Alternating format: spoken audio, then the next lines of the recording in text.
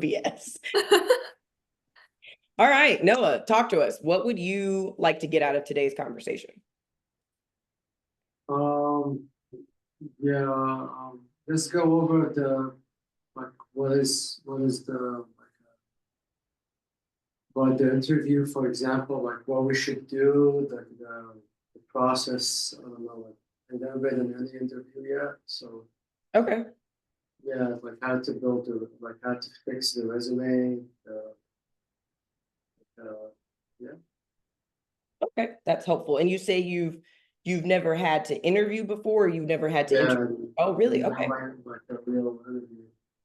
Okay, nice, nice. That's helpful. Trey, you're next on my screen. So what would you like to get out of today? Um, everything. No, I mean, I've never done like a personal pitch or anything like that, so I'm clueless on that. Okay. Okay, fun, fun. Let's see. Caroline. Well, I think maybe like the part where what the hiring managers want to hear and just kind of knowing how to talk to them, knowing what they're expecting, or that part of the day I'm excited for. Good. And Paul. I'm coming from a software development and test role, and I'm trying to go back to doing a full stack role. I'm interested in how do I convince hiring managers that I have the skills for the full stack development role, even though I've been doing a test role for the past 2 years. Ooh, okay, that's fun. Okay, we're gonna have fun with that. I love that. All right, Noah has already gone. Okay, and we've done that. Got it. I forgot that you're in the classroom. Okay, good. These are all very juicy things, and luckily we're gonna cover all of this. So let's take a quick mini step back to discuss the personal narrative. So most times when you go into an interview, especially the first round, right? That's typically behavioral. They want to know more about you, make sure you're not dangerous or concerning in any other behavior manners, right? They want to make sure you're a good general fit. That's round one. When you come into that conversation, typically they're going to say, I'll use Trey as an example because we went through some of this the other day. Say, hey, Trey, it's good to meet you. My name is so-and-so with XYZ company. Today, we're going to go over these different things about the role. But to start, I want to know a little bit more about you, why you're interested in a software development role, and why our company out of all the companies that are out there, right? So you'll get this really unique opportunity at the beginning of the conversation to set the stage. The way you frame up your personal narrative can directly impact how the course of the conversation goes, right? If you give enough information, you get in front of the right things early, that can really dictate where the interviewer can take things, right? What they want to dig into, what they want to know more about, etc. So I'm going to share screen here, and we're going to talk a little bit about building out a personal narrative. If you're someone who likes to do handwritten notes, this would be time to bring out your pen and paper. If you're an electronic person who's moved to the 21st century, this would be the time to open up like a Google or Word doc so we can start doing this together, because we are going to share these live, give each other feedback. The one thing I want to really make sure to set the stage early in today's conversation is you all are all professionals. You're all here to help support and learn from each other. And it can be really beneficial because like I said, it's very interactive, what we're doing today. When someone is sharing their personal narrative, I want you all to give some feedback as well, right? What are they doing really well? Where's there an area where we think that they could improve? Because you need to get very comfortable in this interview process with getting critical feedback for experiencing maybe even a little bit of rejection, right? And none of that's really happening today. You're not going to get highly critical or this is not an episode of rejection therapy, but you need to get comfortable hearing what you could do better and applying that, right? Because we're going to do that in this safe space, but throughout your interview process, you will face rejection. And that's a perfect opportunity to learn how you can pivot how you can sharpen what it is that you're presenting or what skill sets you're working on. And it's an additive. I have actually seen opportunities where someone got passed on because technically they just didn't have the technical, level of depth that maybe that company needed. But the way they handled it, the way they followed up, the questions that they asked, their curiosity on how they could get better actually positioned them to be in a different role. I had this happen to many students where they're like, hey, for this junior engineering role that we have open right now, we have someone that we think is more aligned, but we've got this other opening coming up in about 3 weeks. We want to have a conversation with you because you've got the right attitude, you've got the right mindset, and you've got the right level of tenacity that we can grow what you have. So just something to keep in mind. All right. Any questions before we dive into this today? Okay, good stuff. Let's share screen.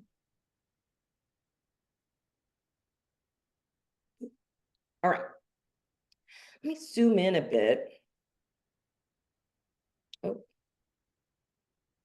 there we go. All right, we're going to zoom in a bit. Okay. Basics of a personal narrative are obviously going to be who you are, where you're from.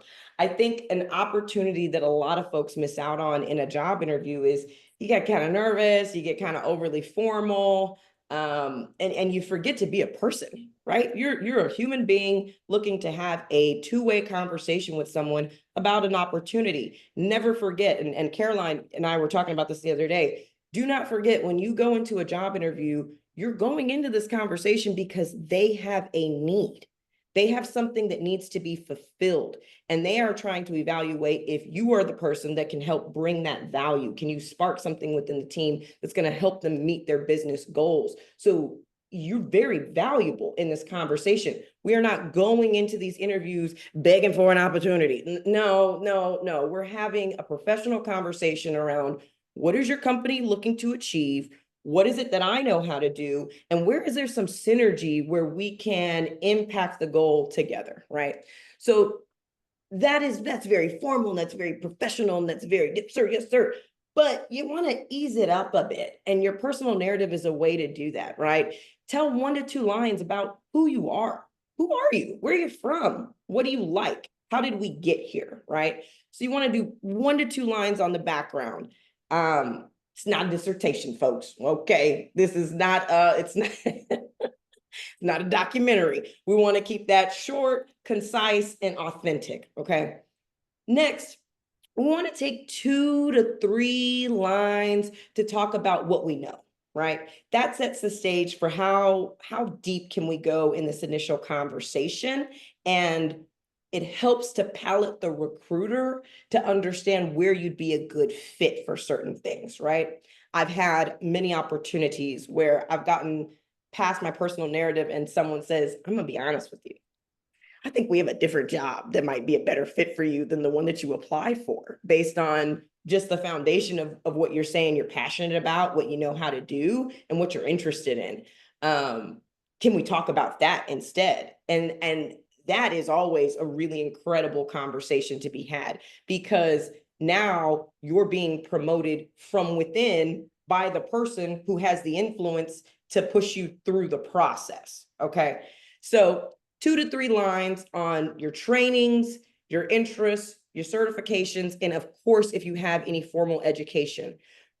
How many of you in this conversation have formal education that is not tech related? Okay. Okay. I think it's still good. It's very good to still note. Okay. When people hear, even if it's, you got a 4-year degree in art history, it shows a level of commitment. It shows a level of follow through. It shows that you can be tasked to do something. It shows that you can prioritize, that you really understand how to be in a professional environment. So formal education across the board is helpful, even if it's additional certifications outside of LearningFuze. If you've been self-studying and self-teaching and upskilling on your own, and you've done some CompTIA stuff, you've done some things through Udemy, you've done these other ancillary things, they're very important, because that shows me as someone on the hiring side, I'm like, okay, this person is serious. right? You are taking your learning, you're taking your understanding into your own hands, and you're putting it into action. You're not talking about what you're going to do, you're doing it. And all of those things that you've learned, they can conglomerate into someone who's really, really well-rounded and very, very dangerous in a positive way, okay? Versus someone who's only learned one way, has only practiced one track. That linear approach sometimes limits the ability to innovate. So that's something that you can use in your advantage. So when thinking about what to include in those 2 to 3, I'd say maximum 4 or 5 lines around your professional training, don't limit it to just LearningFuze if you have other things that are also powerful. Don't limit it to just tech-related training if you have other things that you've done where we can pull out transferable skill sets, okay? And we'll talk about how you can mold that all together. The final part's going to be 1 to 2 lines. Again, these are relatively speaking. Once you start talking, we'll figure out how many lines it needs to actually be. But 1 to 2 lines around why you are specifically interested in this company, and that needs to be sticky, okay? Because I need a job is just not a good enough answer. It falls flat every time. And although we understand, everyone involved understands that if you are applying for a role, you are looking for gainful employment. That is, it's understood. It doesn't have to be spoken. We want to go beyond that. Why this company? What is this company producing? What kind of impact are they making in the community? What kind of technology are they working on? What about this company is of interest to you? Saying something very compelling there is going to stick with the recruiter. Secondarily, why this role, right? It may seem like a no-brainer that if you did a software engineering training program that you'd be looking for a software engineering role. Let me tell you something, not a no-brainer. I had at the previous program that I worked for, we had massive cohorts, right? 75 plus on average of these cohorts. And sometimes they could get as big as 125, and we're pumping them out monthly. Though out of that 100 people in a cohort, I'd say, ooh, tough to say, and we're being recorded. I'd say 60% truly loved software engineering, and that's a stretch. I'm inflating. I'm inflating. What would really happen is people would get into the program because software engineers make money and they have this fancy lifestyle where they get to work remote and they get like unlimited PTO, and they're like, I need to get into software engineering. Then we start teaching you how to code, because we could teach anyone who's willing to learn can learn how to code. They might not be good at it because there are levels, but if you're willing to learn the information, you can apply it. But that doesn't mean you're going to be passionate about it. That doesn't mean that you're going to enjoy it. So when you are in this part of your narrative, you really need to be very authentic and intentional about how you frame why you're even interested, right? Really good buzzwords to try to leverage or find synonyms for are going to be like curiosity, right? As a coder, as a software developer, a lot of times you're solving problems. You're finding ways to use technology to solve problems, whether that's increasing productivity, streamlining processes, making a better user experience. All of these things are tied to innovation and curiosity. So finding ways to really describe that in a compelling way is helpful. Again, avoiding the, I just really need a job. It just doesn't land well. Avoiding, well, software engineering is just a great field. There's a lot of great fields, okay? I heard garbage people get paid weekly, baby, and that's a city job. There's a lot of great fields. So you have to be very specific about why we should choose you over the hundreds of other people who have relatively the same skill set, more or less training than you, but can convey to me that they are truly passionate about this in a quantifiable way, right? So I'm going to pause because I think I need to come up for air, and you all tell me, with this general framework, what comes to mind in terms of any questions or hesitations? Does this seem easy enough to follow? Generally speaking, fair? Okay. I'm I have following. a question. Oh, sorry. I was just wondering, for like the interest in the position, then we would say we are interested because of the specific product that they have, or that we want to focus on these types of products because we enjoy like this type of coding. Would that make kind of sense Yeah. for the hiring manager? Okay. Absolutely, right? Like when I had my first conversation with Annalicia from LearningFuze, and I'm giving her my personal narrative. Hey, this is who I am. This is where I'm from. I have a background in these different things. And the reason why I'm interested in partnering with LearningFuze in this way is because I have a passion for workforce development. And I know how difficult it is on the emerging talent side to get the type of support and just covering that you need when you're trying to break into a new industry. Seems like that's what you guys are doing, and I want to be a part of that mission. I don't even think I said that to her, but that's how I feel on the inside, you know?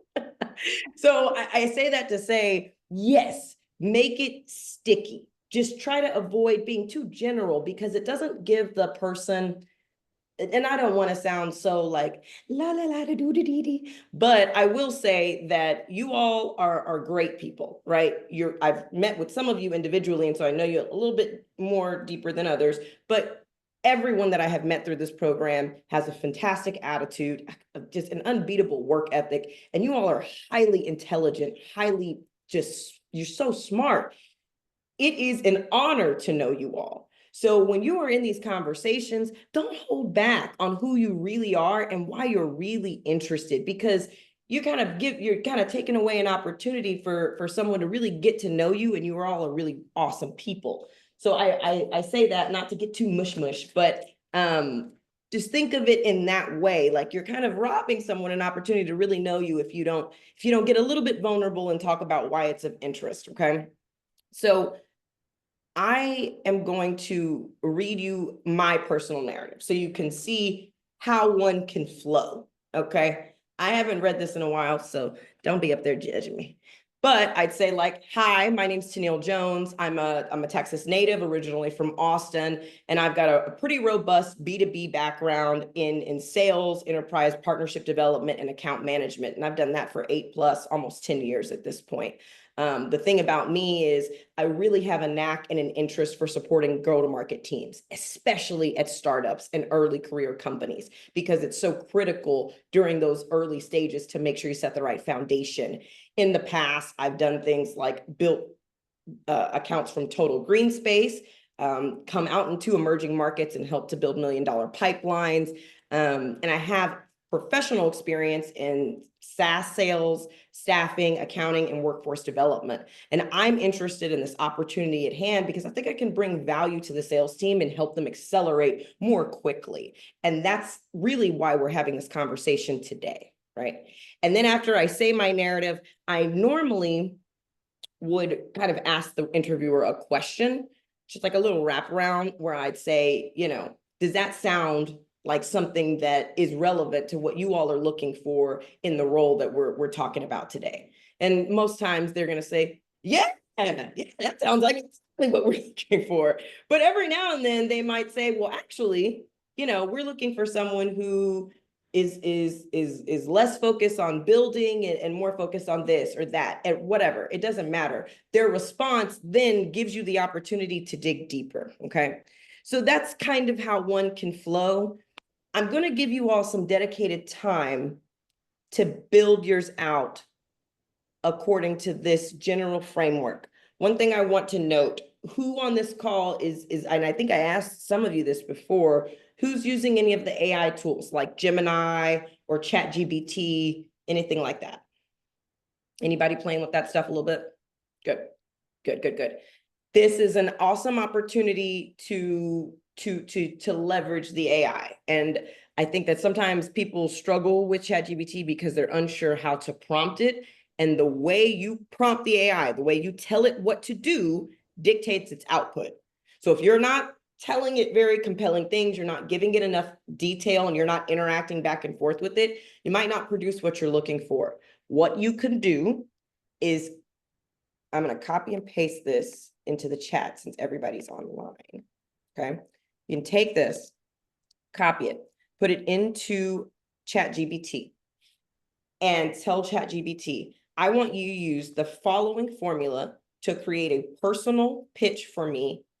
And you need to fill in the answers, right? You have to feed the AI. You have to tell ChatGPT what you want it to work with.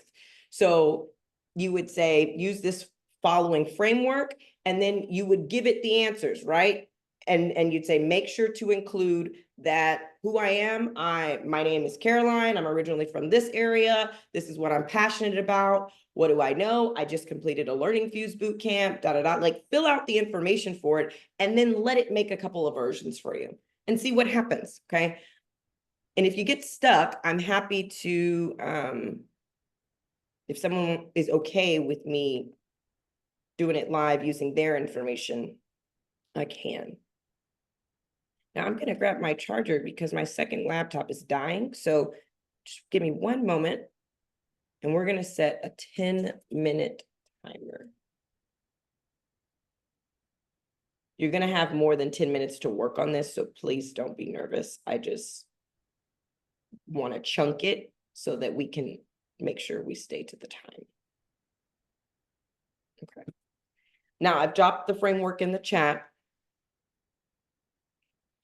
I'm going to grab my charger, and then the background, I'm actually gonna, instead of making any of you tell me your information, I'll create one for you for a fake student in ChatGPT.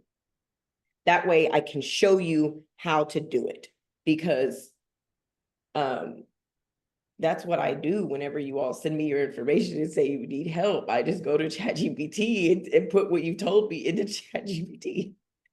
So we're going to figure this out together. Okay, any questions before I officially start the timer? So just to recap, we're gonna create the personal pitch, right? Yes, that is accurate. We're going to create the personal pitch.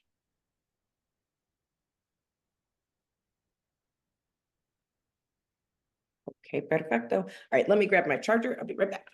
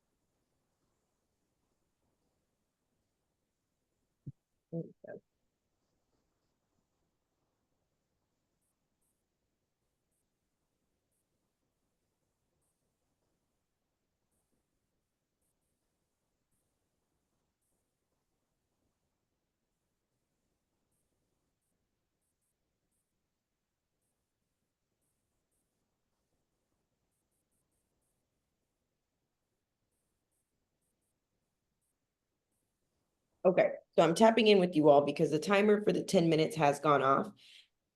What I want to make sure to add at this point in time is make sure that in your 2 to 3 lines where you're talking about your background and you're going to mention that you just completed a certificate with LearningFuze, you need to give some depth about what LearningFuze is. You need to make the assumption that unless otherwise instructed, the person you're talking to is not familiar with LearningFuze.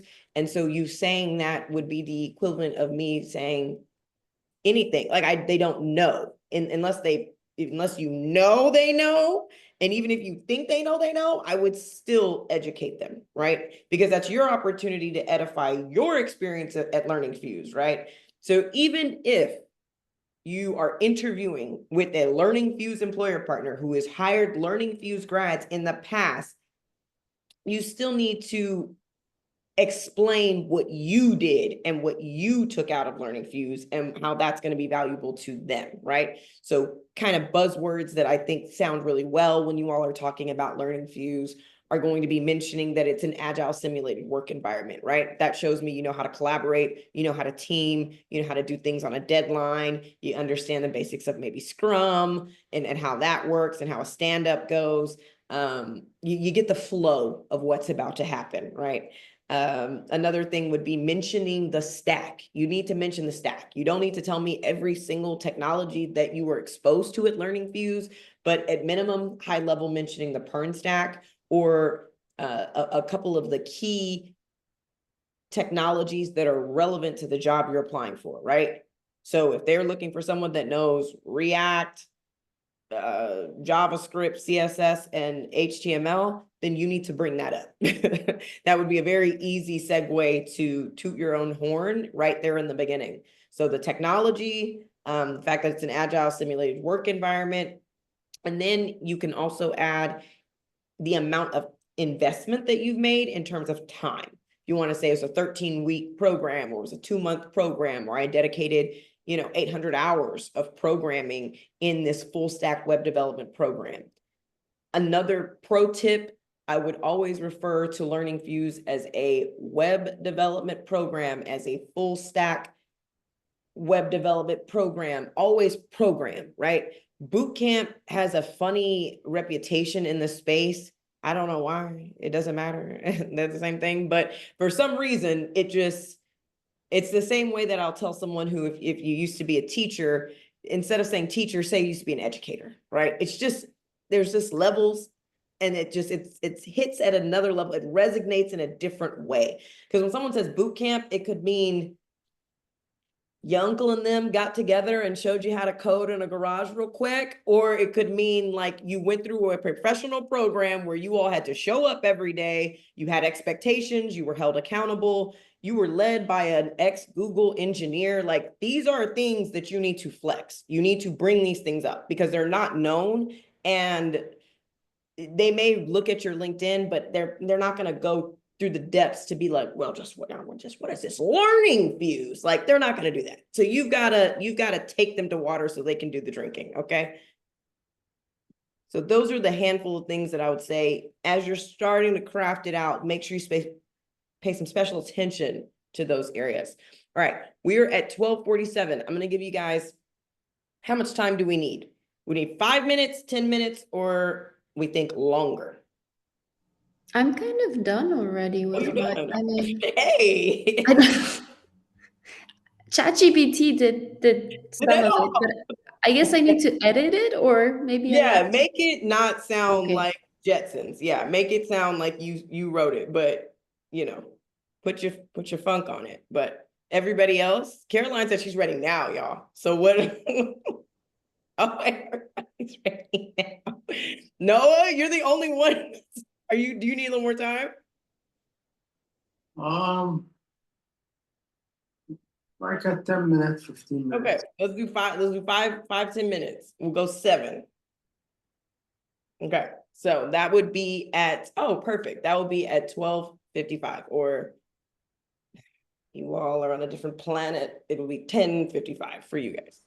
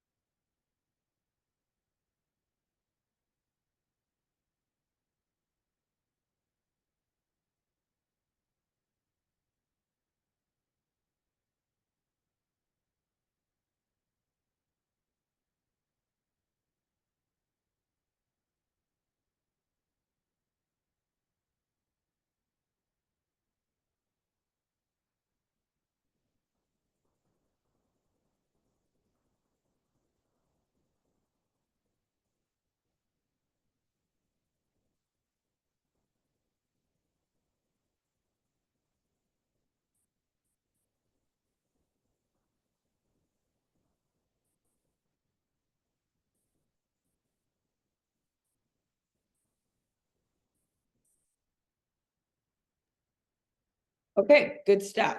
So we're gonna run through them, right? Let's set some just kind of standardization so we don't have too much pressure on this, right? Give it your best go, right? And we should never do anything less than our best. It's like a thing that they say to the kids, right? Now, but what I will say is this is what we're going to do as a group, right? When someone presents their personal narrative, I'm going to tee them up so that it feels natural. So I'll act like a recruiter, I'll say hello, and then I'll give you the floor to say your personal narrative. After, we're going to find one thing that we think the person did really, really well that they should absolutely keep, right? And then we're going to find one thing that we think could really help them take their personal narrative to the next level, okay? Person who's delivering the narrative. You know, we're good people, but we're not tell all be all. So if there is something that you really want to keep, or you don't feel comfortable changing, what have you, let's talk through it and let's make sure that it's not something that's going to be detrimental for you, but let this be an open conversation, okay? Again, one positive thing, one negative thing. Please participate, because when you go, you're gonna want people to participate. You could be like, they can't find one thing. Okay, so don't do that to your cohort mates. Put them in a position to feel empowered. Now, we'll round robin it, but does anyone want to go first?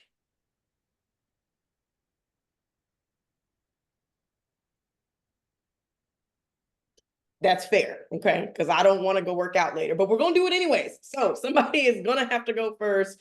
We're gonna just use the alphabet. It's Paul. Okay, yay, thank you, All Paul. Takes me a while to find my mute button. Okay. All right, Paul, I'm gonna tee you up and then we're gonna hear your personal narrative. All right. So 3, 2, 1. Paul, super great to be here with you today. My name's Tennille. I'm on the recruiting team for Imaginary Company LLC. And before we really get into the role, get into the team, what I'd like to do is take a moment to learn a little bit more about you, like why you're interested in software development, and what's brought you to this point of us having this conversation today. All right. You said your name's Tennille. Am I saying it correctly? Yep.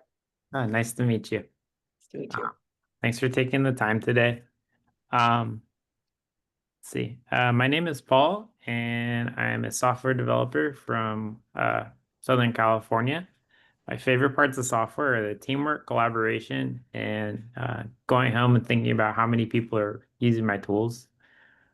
I have a Bachelor of Science in Environmental Engineering and 6 years of experience working as a software engineer, as a front-end developer, a full-stack developer, and also as a software developer in test.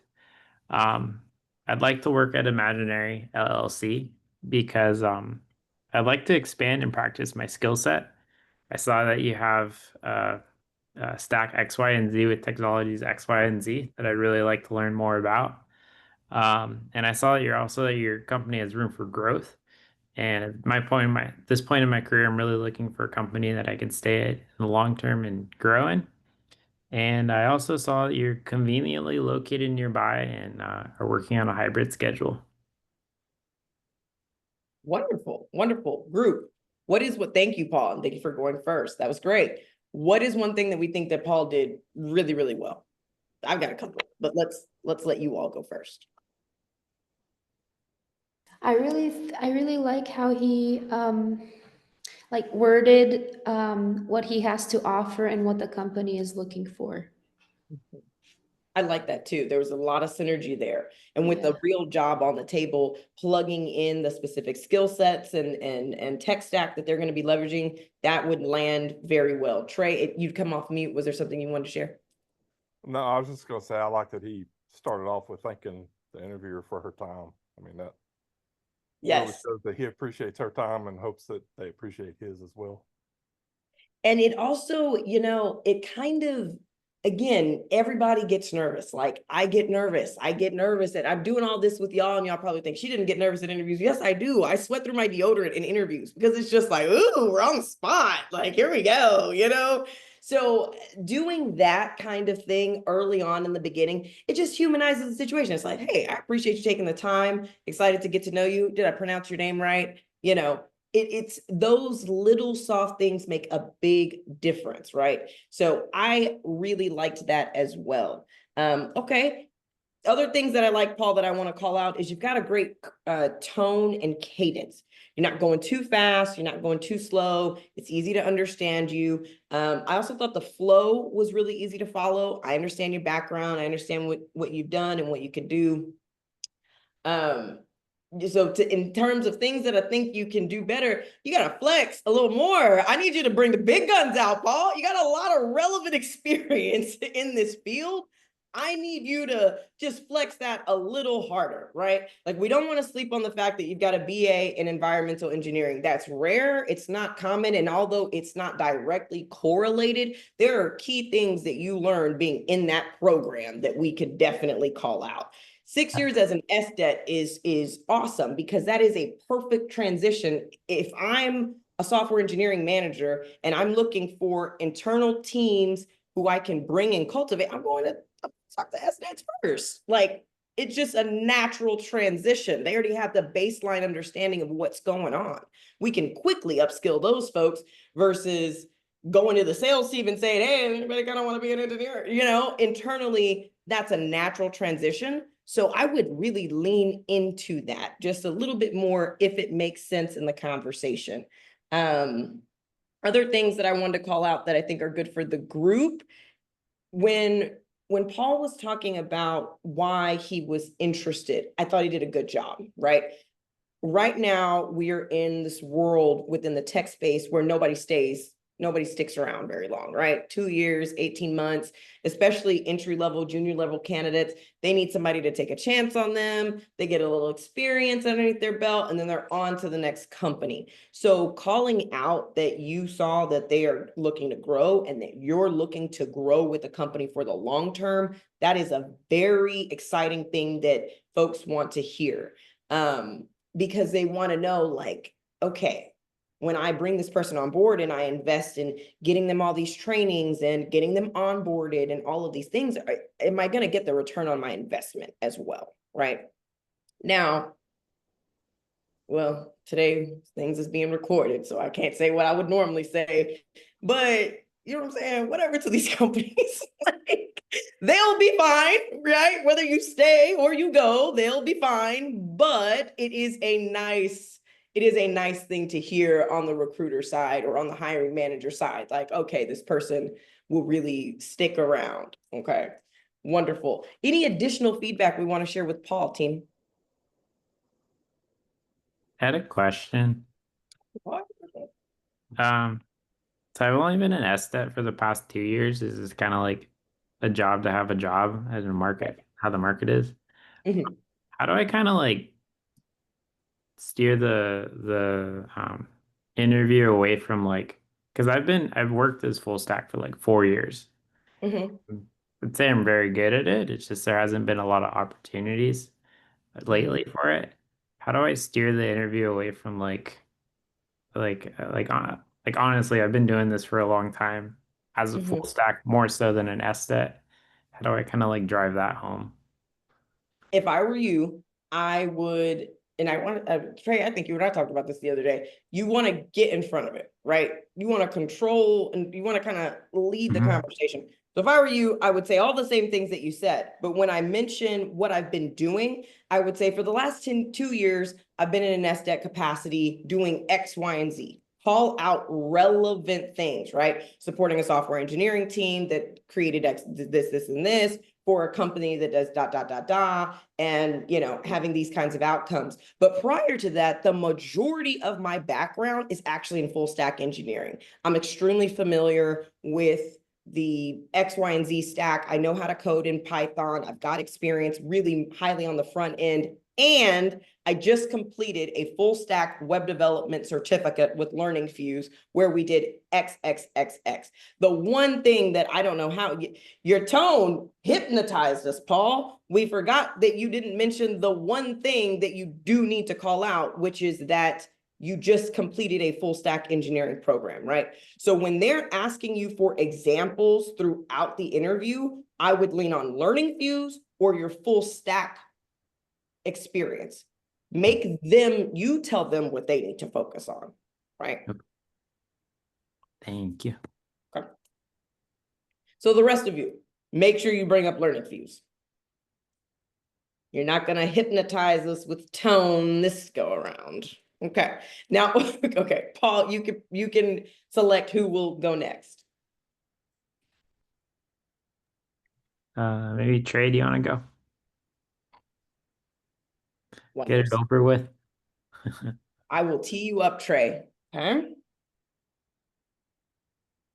All right. 3. Okay, ready? All right. So Trey, super good to be connected with you again. I'm excited that we have this dedicated time to talk so I can learn a little bit more about you and your background. I actually think that that is a perfect place for us to start today. Why don't you tell me a little bit more about why you're interested in a software engineering role, and what you're looking for in your next company? Well, Tanil, I appreciate your time today and thanks for having me. And my name is Trey Dedman, and I'm originally from Texas, but currently based in Alabama. I've always been drawn to technology and the creative processes behind building things that make an impact.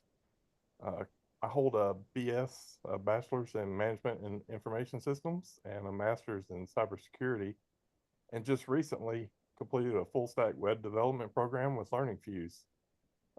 At LearningFuze, I learned to leverage the Perm stack to build real world projects and collaborated in 2 hackathons within an agile team-based environment.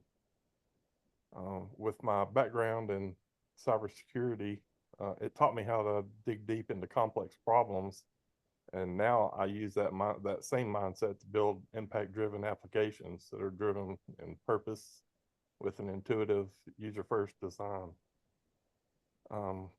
So I'm eager to contribute to a team that encourages innovation, supports growth, and values the people behind the product. I bring with me a strong work ethic, a passion for continuous learning, and a positive attitude that allows me to contribute meaningfully wherever I go. Does that sound like something y'all are looking for?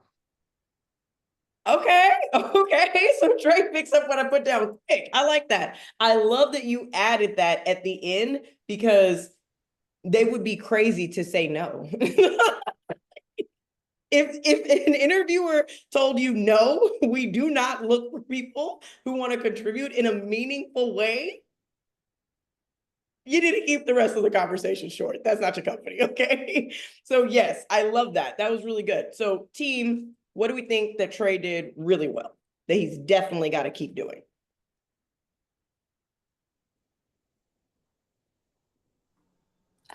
I would I would say that he has a very like very strong background, and he can use that to show that he is a great candidate with his new acquired skill set, because he has a lot of background and already experience in the field.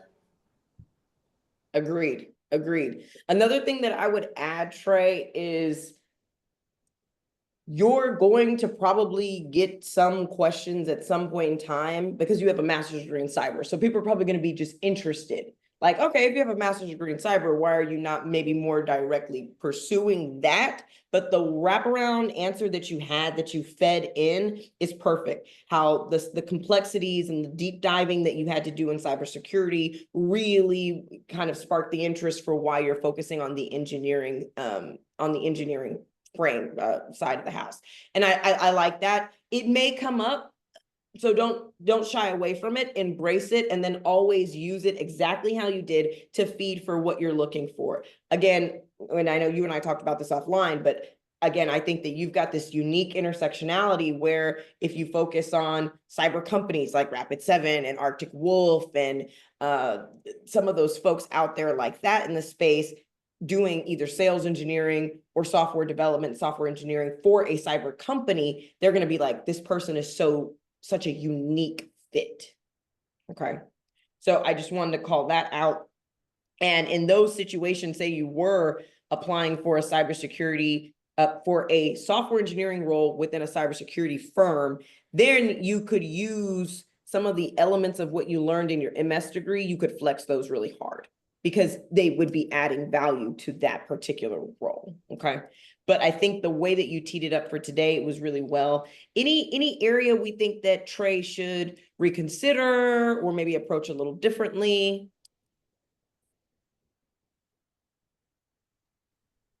I just say like the visual, like the camera angle, just like I know this one's just like a practice run, but like get like a good background, good uh better visual. You know what? That I didn't even think about that. But yeah, Trey, if you were actually doing an interview, you would want, so now this is because I love you all that I'm being vulnerable and I'm letting you see the chaos that is behind me. But if I were interviewing, then plants would be gone, that ceiling fan would be out of here. It would be just, I would move my setup to this wall here, and it's just a plain white wall. And that's just no background, no anything, just to keep it simple and keep the focus 100% on the conversation. But yes, Trey, you are cut off just a little bit. And you don't have to change it for today, but something to consider when you're talking to someone. We want to see the glory, baby. Got to see all of it, okay? Everything from here up. Okay. All right. Caroline, Noah, I'm gonna let you go last because I know you said you needed a little extra time. So Caroline, you're up next, okay? Okay. Okay, I am ready. I will note this. They're gonna know your names, guys. So unless you want to be called something differently, you don't necessarily have to say your name because they probably would have already said it at that point. So unless you're wanting to say like, hey, I'm Caroline, but I go by Ruby Rose, or something like that, then you don't have to re-say it. I don't want you guys to get into the habit of that because then in a real conversation, it will sound very funny if I say, okay, Caroline, tell me a little bit more about yourself. And she says, well, hi, my name's Caroline. It's like, girl, we did that already now, okay? Like, so just keep that in mind. I know we're practicing, but I want you to practice how you would do it, okay? You ready? Caroline, you're so funny. I love you. Okay, let's do it. All right, Caroline, super excited to be here with you today. I just want to take these first couple of minutes to learn a little bit more about you and your background. And really, I want to better understand why you're interested in software development. Yes, hello, Tennille. Nice to meet you and to be able to connect with you. Well, I studied art therapy and I was in the educational field with an interest in alternative methodologies like Montessori and Waldorf. And I most recently completed a program at a prominent web development vocational school in Irvine, California. And in this program, I spent about 12 hours a day in a professional, agile working environment, which was led by an ex Google engineer. I've completed 2 hackathons and conducted stand ups and to evaluate our time management skills, one of many skills we need. And so I'm here and excited to join your company because of my passion for helping people through technologies. I find deep satisfaction in creating products that genuinely help people and address meaningful needs. So for me, that would be a very exciting time and opportunity to spend coding these types of problems. Okay, thank you, Caroline. What do we think that Caroline did well? Why are you laughing? What do we think that Caroline did well? I'll actually start. I mean, holding you all hostage and making y'all go first. I'll go first. I think, Caroline, you've got a great tone.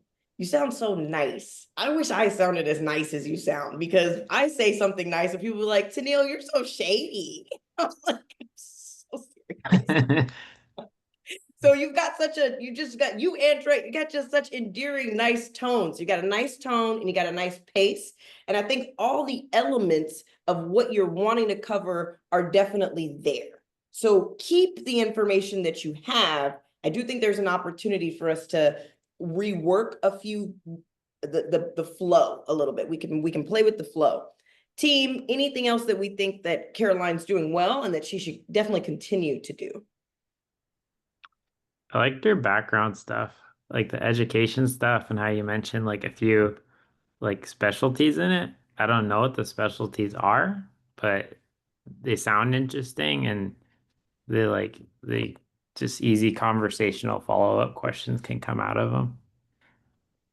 Yes, it was alternative methodologies, and then it got real fancy. And I was like, oh, no, Caroline, like it's unique, it's different.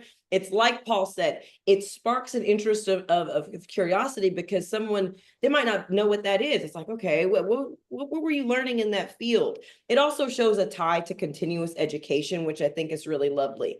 In terms of areas, I think that we can beef up. What I want to do, Caroline, with yours a little bit is you kind of jump right on into it. I mean, girl, no floaties or nothing. We're going straight into the deep end. And I like that, but I think that you have some other really fun things that we talked about before that you could pull into it, right? You could talk about where you're originally from, because that's really interesting and super fun and kind of unique. And you can, here's the thing. And sorry if this is broken record for folks that have heard this already, just bear with me, but the interview is sales and marketing, right? We're marketing who we are, and then we're selling it to them in the interview, okay? So the misconception about sales is that I need to convince you of something. I don't need to convince you of anything. And I have done sales for over 10 years, okay? It is not about convincing. If I have to convince you of something, this is probably a bad deal. You're probably going to have some buyer's regret because I had to convince you. The best sales and the best sales people that I know are those who ask the right questions. They know how to align what the buyer needs with what they have to offer and from a disposition of value, not pulling the wool over someone's eyes or coercing them into something. So nobody likes to be sold to that like that, right? Nobody. Think about what kind of salesperson you want to be in this interview. You want to be a car salesperson? Or do you want to be, a luxury salesperson where you go into Louis Vuitton and they're not selling you anything, baby. You're coming in there to buy because you know the value of what it is that you're looking for. So when we go into the interview, this ain't used car, okay? This is Maserati. This is like top of the line, okay? So my goal is to answer their questions thoughtfully and intentionally and honestly. But my other goal is to make sure that I'm positioning myself from a place where from an elevated status as well, okay? So I say this all to say that with you, Caroline, I think when we start, we need to massage them in a little bit. Give me a little bit more about who you are in the beginning, and then get in front of the fact that your background is not related to what you are doing now, right? You can say it. I would plainly say it. I would plainly say, this is who I am. This is what's important to me. My journey to tech has been unique. I have a background, but I've always had a passion for education. My background is in art therapy and alternative methodologies, all based around educating within that community. And from there, I decided that I really wanted to apply that to tech because I see the opportunity in tech and I see the alignment with the problem solving and the meaningful ways that you can bring people together through specifically software engineering. And then tell the LearningFuze story, and then do the wraparound statement around why their company could help you fulfill that. Does that make sense? Yes, yes, I agree. That just to go ahead and at the beginning, like describe a lot about myself and then step in front of the Tell fact that this is a career change and why Yes. and all of this. And I'm wondering, Tennille, what would be some good questions to ask an interviewer? Oh, that's a whole lot of fun. Okay. That's a loaded question. Sorry. No, it's good. It's a good one, but it is a loaded question. I'm going to jot this down, that you're wanting to know this in addition to you also were curious about what managers like to hear. So what to ask. And we could spend a little bit of time on that at the end of today, and then Monday we'll get to talk about it as well. But yes, questions. There's actually an interviewing method where throughout the interview, you interview the interviewer. So when you answer a question, you actually always still frame it back to them, right? So if they say, tell me about a time when you had to deal with a complex problem, you give your example, you give how you solved it, and then you say, how does your company typically go around conflict management? What does that look like between the way your teams work together? So you've answered how you would handle it. And then you push it back on them to get a feel for how would they handle it and to see if that's in an alignment. And you can do that throughout the interview, and it can be very powerful, because what sometimes happens is you leave an interview and you're like, dang, they know my whole life story and I still don't really know if I would actually like working there. Like, I still have all these unanswered questions. So that's a good question. I'm going to table it a little bit, but don't let me forget to come back to that. Okay. Noah, you're up. You're up. Okay. All right. Okay, you ready? Okay, I'm going to tee you up. So, Noah, it's fantastic to meet you officially. Super excited to tell you a little bit more about the company, what we do, what we're all about, and some insights about this particular team. But before we get started, I think it would be best for me to learn a little bit more about you, who you are, what's important to you, and obviously why you're interested in this role, why we're having this conversation today. Hey, how are you, Taniela? I really appreciate your time today for having me. And, yeah, my name is Noah Kea, software engineer located in California. And yeah, my career journey started with a business administration by getting an associate degree overseas, and then completing my bachelor degree in computer science, focused in cybersecurity and AI.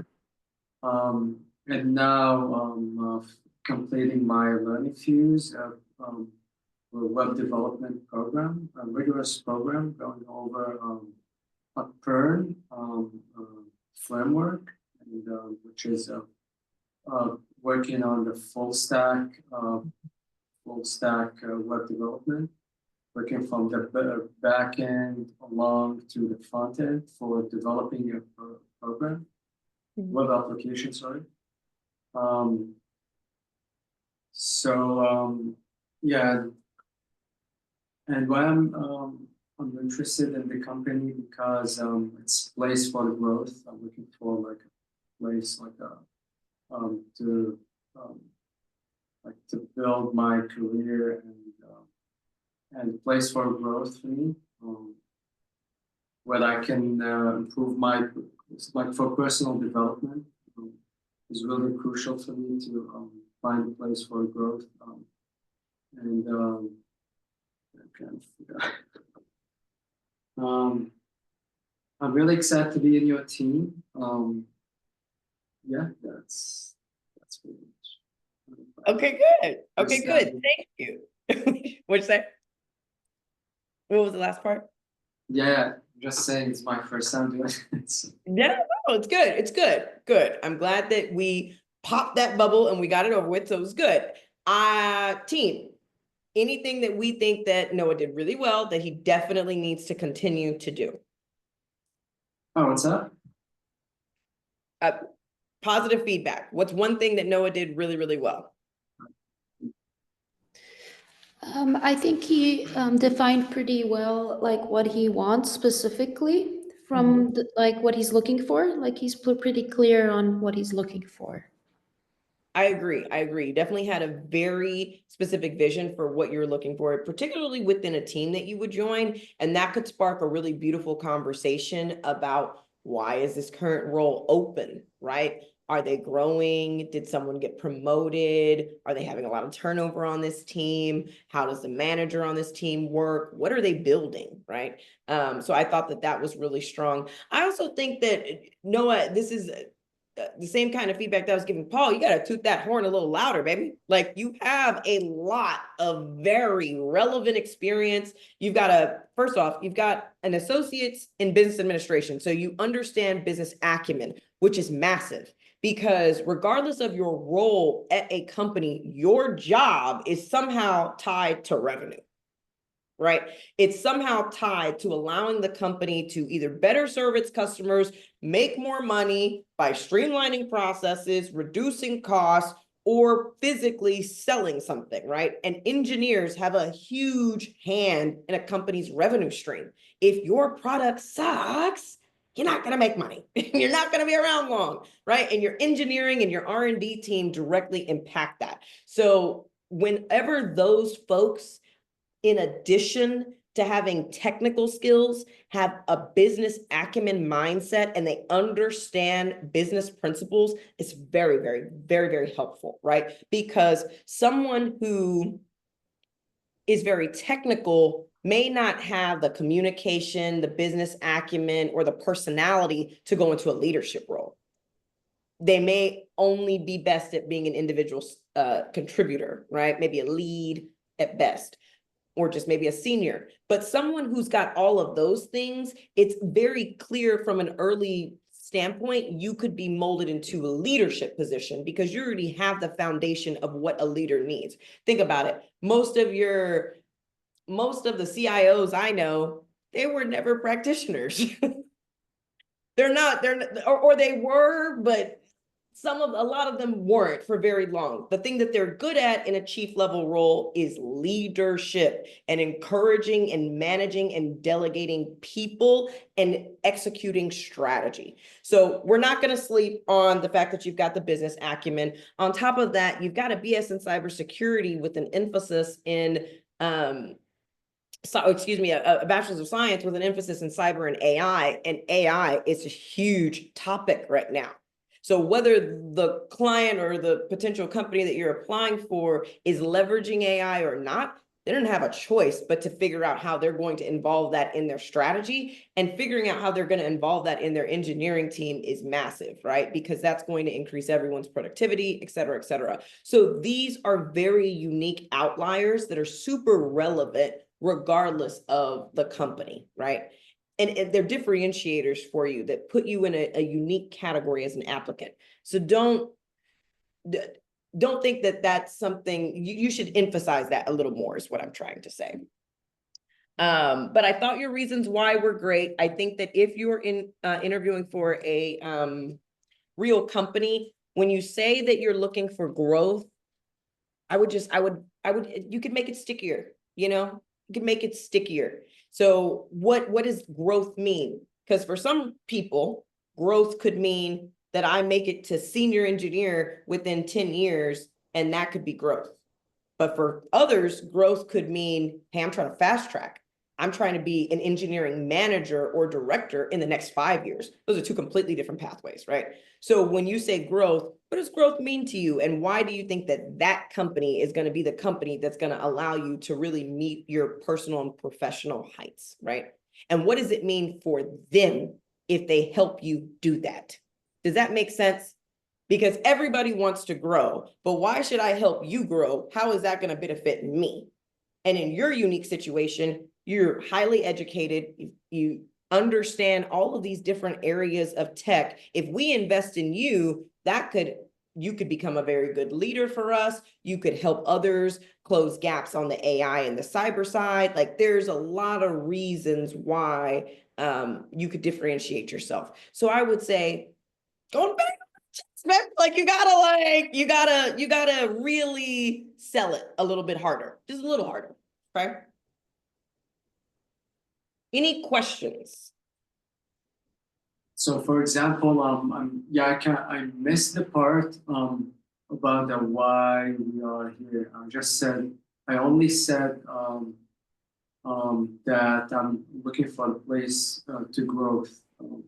So this is kind of general. I need to be specific, right? Like why? Yeah.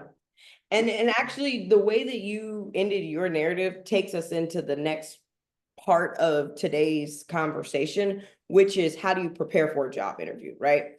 So I accepted what you said because we're not talking about a real job, right? There wasn't a company for you to research. It wasn't a position for you to kind of study and a job description to look over. But when we get into this next part, we'll talk more about that. Because yeah, I would give something stickier, right? If the company on their career development website is saying that they, you know, they could say a number of things. Figure out specifically why that company would be the company that could take you to the next level. Like, what is it? What is it that they do or offer, right? And you wanna be specific because you wanna have a real conversation. Remember, this is not an interrogation, it's an interview. So you're interviewing them while they're interviewing you. And if you're looking to get into leadership, or you're looking to eventually advance into like a senior role or something of the sort, you want to figure out a way to say that. You want to figure out a way to say what growth, quantify what growth means to you. Because if there's no opportunity for you to do that at that company, you want to know that before you sign that offer letter, right? Like, I've worked for companies where it's all tenure based. The promotions are tenure based. So even if you've been there 10 years, if there's someone who's been, if you've been there 2 years and you're killing it, but there's someone who's been there 10 years and they're doing all right, they are going to get promoted before you because they have worked there longer. I've worked at other companies where they don't care about that. It's whoever is being the most competitive and providing the most value. Those are the people that get promoted and get the opportunities to get to sit with leadership and do these different things. So I don't have a problem with either approach, but I need to know before I make a commitment. Also, I noticed something, if I'm like doing the interview, I need to be like excited, like totally like a serious, not like with a tone that I'm excited, and like a strong, not like a soft tone.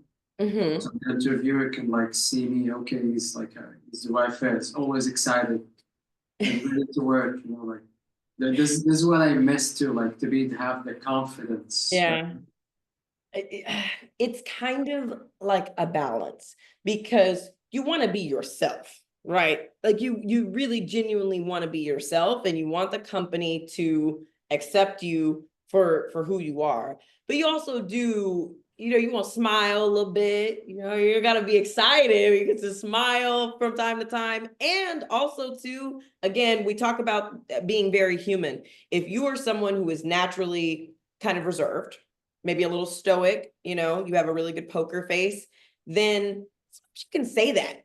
I would just say it. I would say, hey, I want you to know I'm really excited about this conversation today. I've been told that I have a very stoic appearance. So even though my cheeks aren't bursting out the seams, like, I am really appreciative of this conversation. And I'm really glad to have this opportunity to learn more about what you all are looking for. Saying something like that, I'd be like, okay, cool. Because like, I don't want someone to feel like they have to perform or pretend for the role. Like, don't do that. Be who you are, so that we can make sure that you're gonna like it here,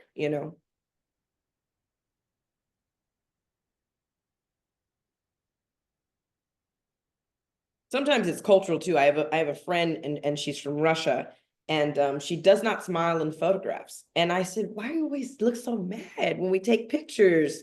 What's wrong? She was like, nothing's wrong. It's just, she's like, where I'm from, like, you don't do that. Like, she's like, you're always just like, she's like, I can't do that. But then as soon as we're done taking pictures, she's like laughing and giggling. But if I bring the camera out, she's like, but she is happy. So don't feel pressured to overperform in that way. Okay, any questions about the personal narrative as we pivot a little bit for the remainder of the time? Okay, good. Now don't delete your personal narratives or set them on fire, because we are going to need to use them again here shortly, but we are going to pivot a little bit. Now, this personal narrative that you've created, you want to practice it. All right, force it on family, friends, pets, lovers, everybody should, they're gonna get, you need to practice this. It needs to be natural, right? It's just, you want to make it natural, okay? And you won't always deliver it exactly the same, because depending who I'm talking to, I may pull out certain areas of my background that I think are just more relevant or interesting for the conversation. When you are preparing for an interview, you need to do research. One of the biggest, I mean, it's the most low-hanging fruit there is. It's an apple on the ground, one that's already fallen from the tree, is to do research. You should know what the company does. You should research the people you are meeting with, because you will know ahead of time, right? Their names are going to be on the calendar invites. A lot of the times the recruiter will send you their LinkedIn. You need to look at it, right? Find out who these people are, what's important to them. Do you have any commonalities with any of these folks? LinkedIn is a wealth of knowledge. If I'm going into an interview, I'm looking to see, where did this person go to school? Have we worked at any of the same companies? Do we have any mutual connections? And I'm absolutely bringing it up. Like 100%, right? That's low-hanging fruit. That's basic research. You also want to spend some time on a company's page, right? So if I was interviewing at, who do I like? What companies do I like? Let's see. Let's try a firm. A firm was always a cool company. If I'm interviewing at a company, right, I wanna go to their career page. I wanna look at their LinkedIn profile. I wanna see how are they representing themselves. Their website is gonna be a wealth of knowledge, but it's only gonna give you the lens of what they want you to know. But definitely always spend some time on the career page. Normally you just go straight here, and you can learn a little bit about them by what they put out there. This company is actually, yeah, out of Southern California. So things like this. Oh, this is perfect. I'm so glad I clicked on a firm, right? I was interviewing here. I go straight to their career page to start, and I find out, what are they all about? Well, one thing, they've got their own term for people who work internally. They've defined this as a noun, right? That's interesting to me. I'm probably going to bring that up at some point in time in the interview, because that shows that your culture isn't, you know, we have beer in the office and sometimes we bring out pizza. Like, your culture is defined by actions, behaviors, and nouns of how you interact and approach each other. And it's agreed upon company-wide, right? This takes a level of intentionality. This takes a level of focus. These are things you want to know, right? I also love that a firm shares all their benefits, right? They talk to you about the fact that they are a remote first working environment.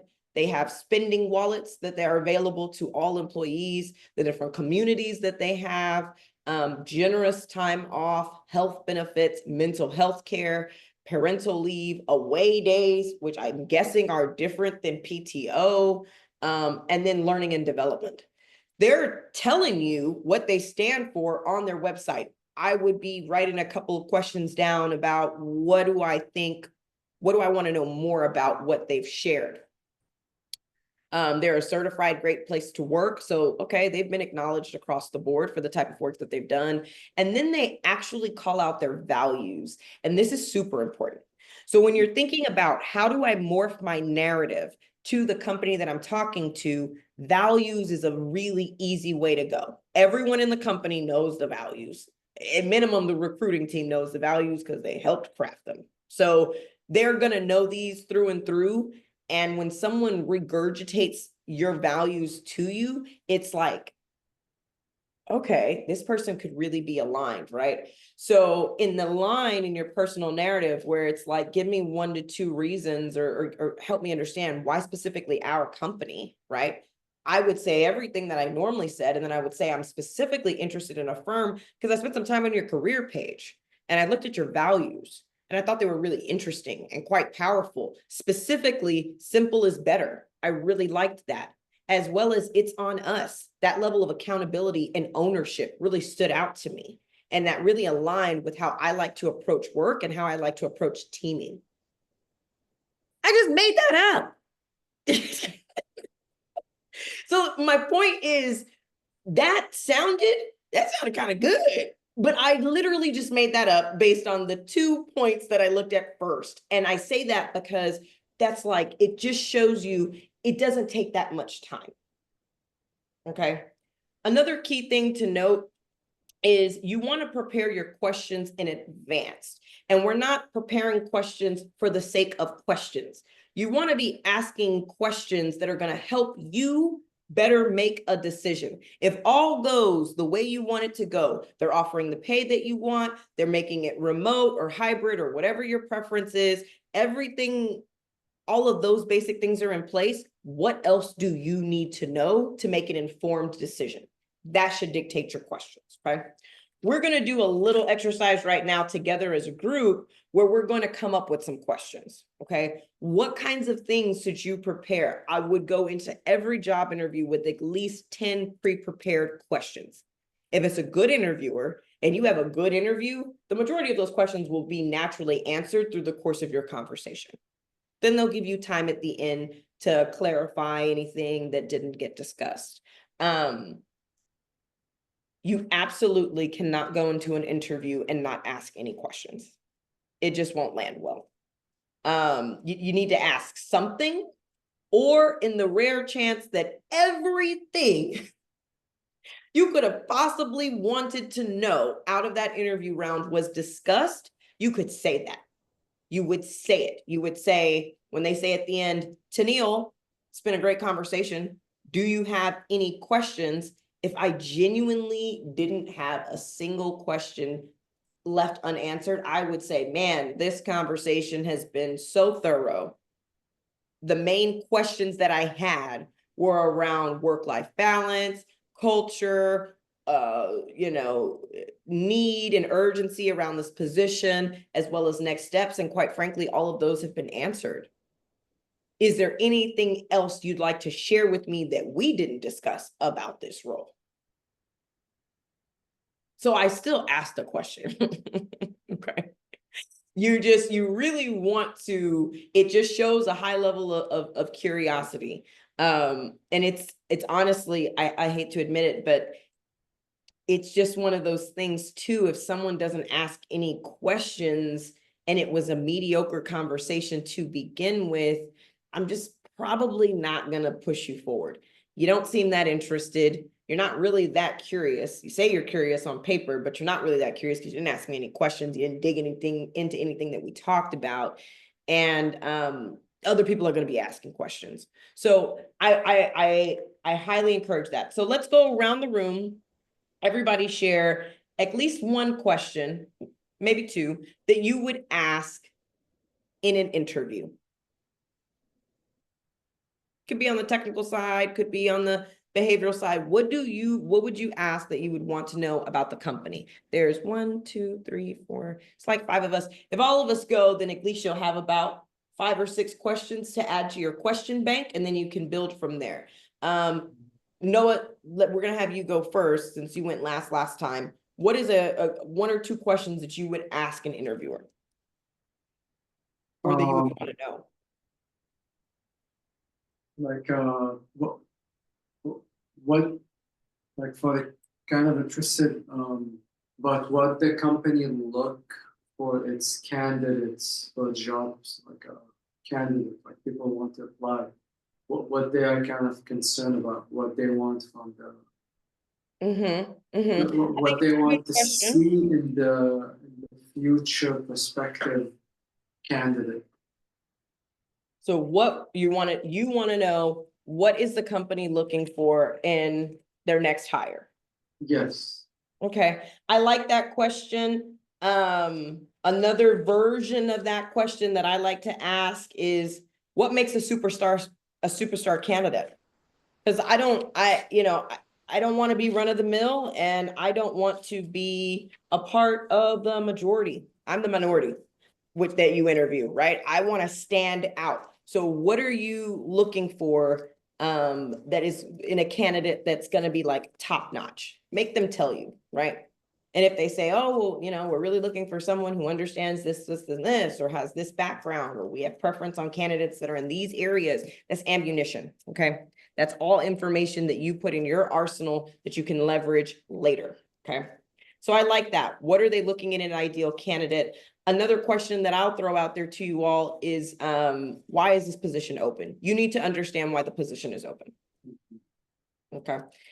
Because that's going to spark a whole bunch of other questions. If you don't have the answer to that, you're going to be in the dark and you're not going to understand the true nature of it. And what I mean by that is I need to know why the position's opened, and I need to know how quickly they are looking to fill the position. You should be asking this in the first interview. How quickly are you looking to fill this? What is the consequence if this position is not filled?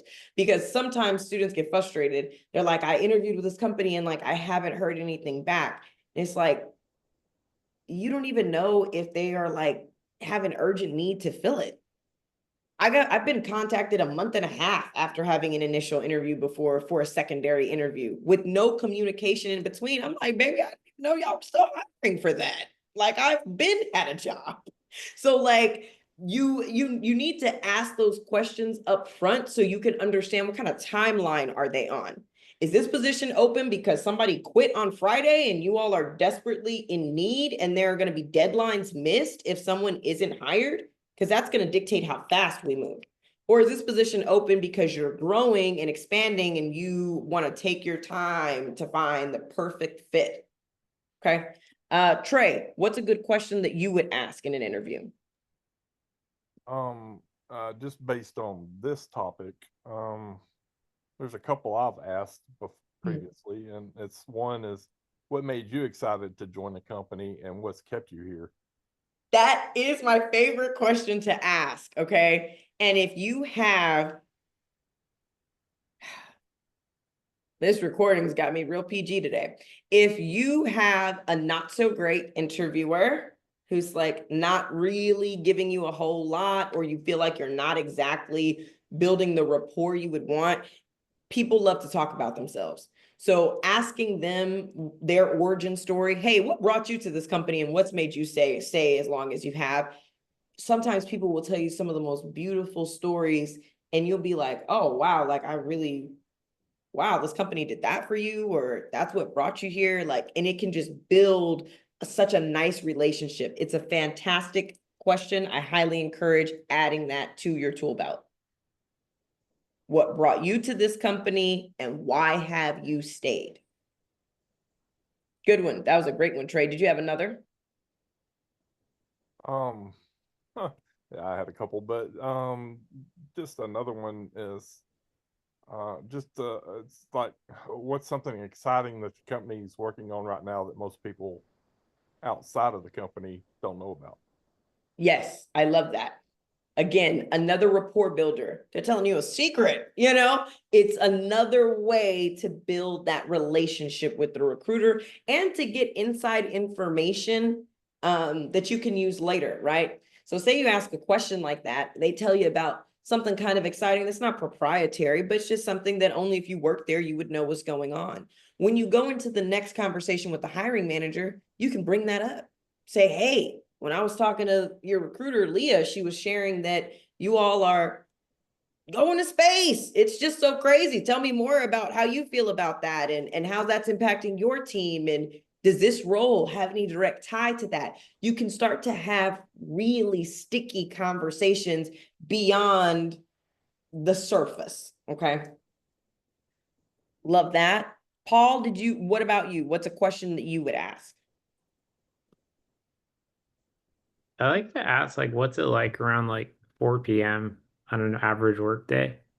Because I've worked at companies before where like it's like 9 to 5, but everyone gets out at 7, and you're getting like people send last minute things that are like, "Hey, can you fix this at like 4:30?"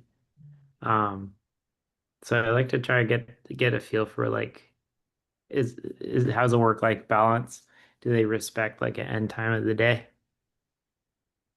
So I love your approach to that question. And quite frankly, I've not actually heard it framed in that way before, but it's powerful. And let me tell you all, there's a couple of questions that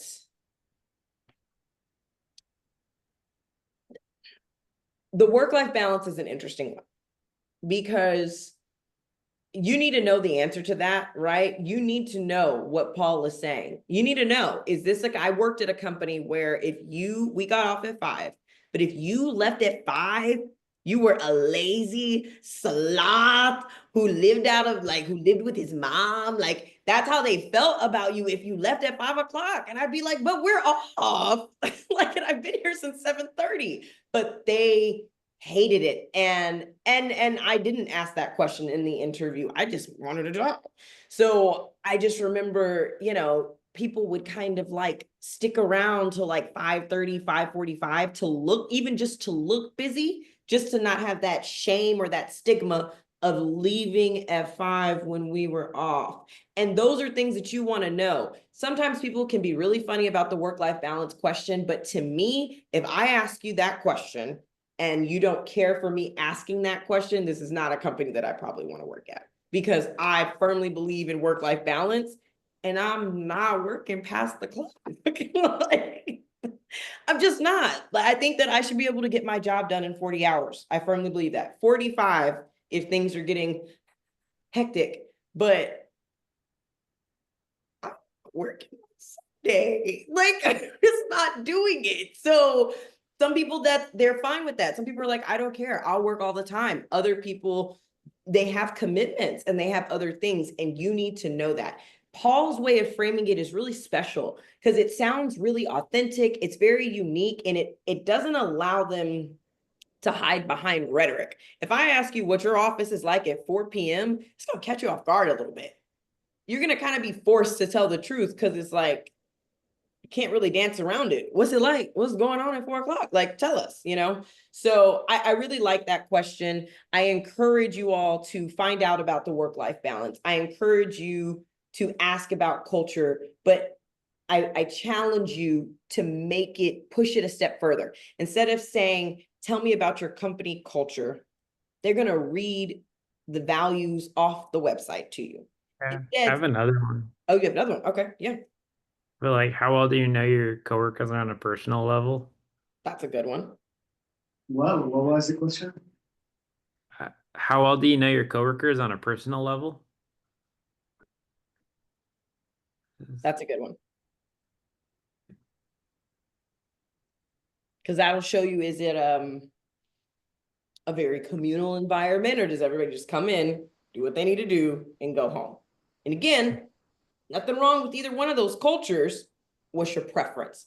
When asking about culture, I would probably frame it like, what makes your culture unique? What makes your culture different than any other companies in this space? What is one special thing about your culture, using Trey's wording, that people who don't work here wouldn't know or be privy to, right? Make them tell you a little bit more.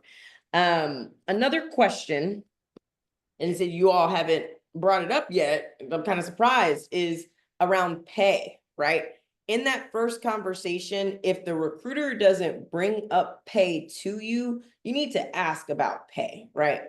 We're kind of long past the days of being shy of asking about pay. Like, it's 2025. What's the pay? Okay, it isn't negotiable.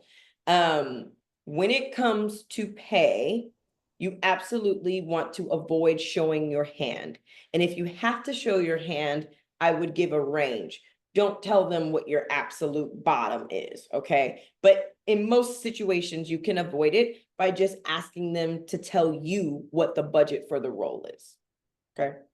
Now, there's a lot of pay transparency today. Usually the pay is on the job description a lot of times, or if your recruiter is reaching out to you, they'll normally tell you, hey, this is 60 to 100K.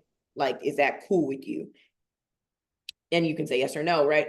The thing you want to understand in that very first conversation, and it's very pertinent that you do this, is you need to confirm the budget for the role. I need to know how much do you all have the capability to spend, okay? And then you need to know what influences that budget. Because if someone tells me, we've got an entry-level position open, Tennille, it's gonna be, you know, anywhere between 65 and 90, depending on a number of factors, is that range okay with you?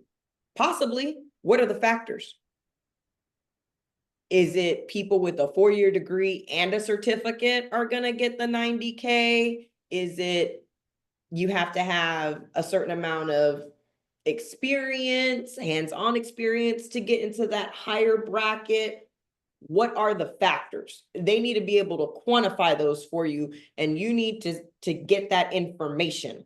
Because if you don't get that information up front, then you can't continue to get the insight that you need throughout the process so you can negotiate later.